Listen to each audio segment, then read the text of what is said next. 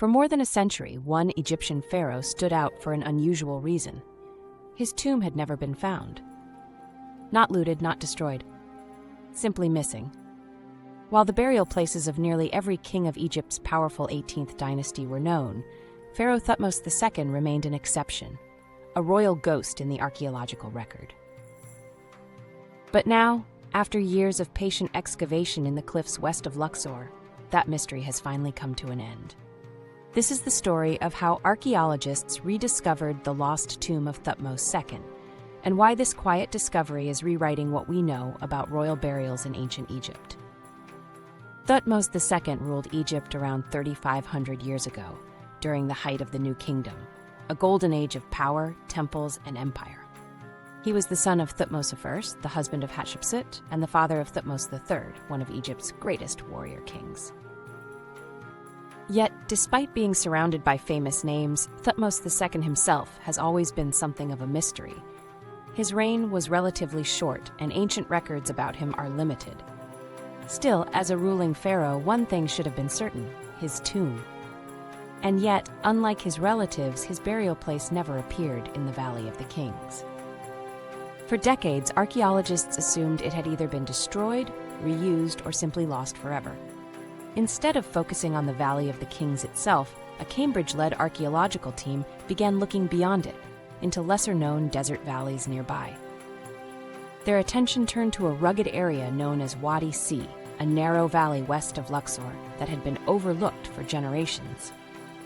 Early 20th century explorers had already documented a damaged tomb here, labeled Tomb C4, but it was assumed to belong to a royal wife or noblewoman. After all, it wasn't grand. It wasn't centrally located, and it showed heavy flood damage. But modern excavations told a very different story. As archaeologists carefully cleared debris and collapsed rock, the architecture itself began to raise questions.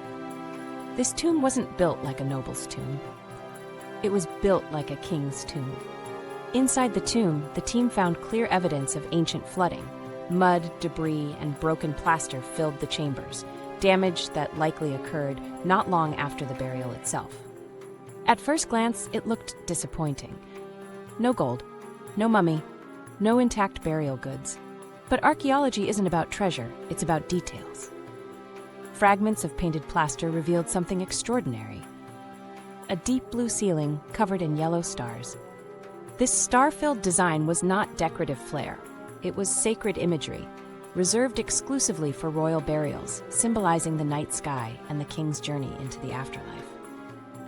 Even more compelling were fragments of alabaster jars found among the rubble. Inscribed on them were royal titles, including the name Thutmose and references linking the burial to Queen Hatshepsut.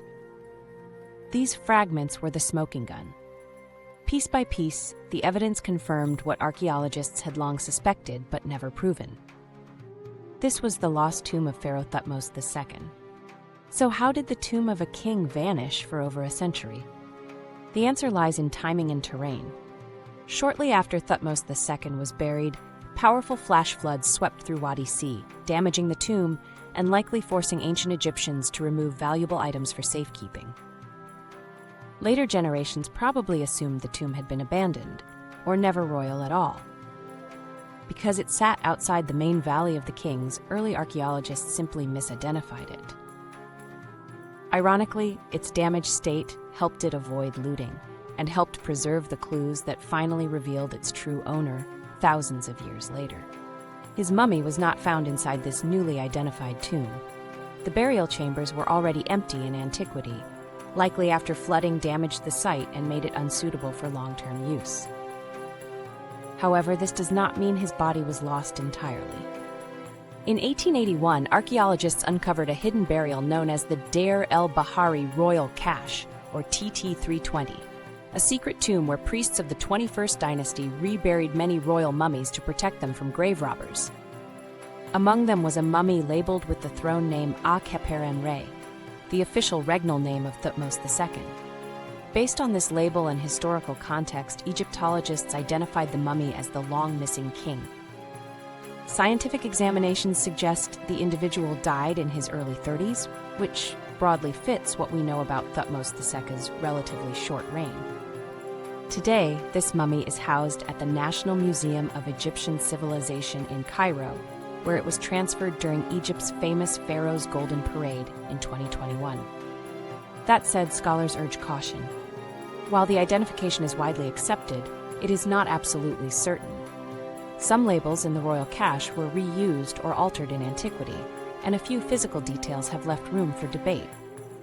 So while Thutmose II is probably among the royal mummies already known to us, archaeology remains open to surprises, and future discoveries could still refine or even challenge what we think we know. The story, as always with ancient Egypt, isn't quite finished yet.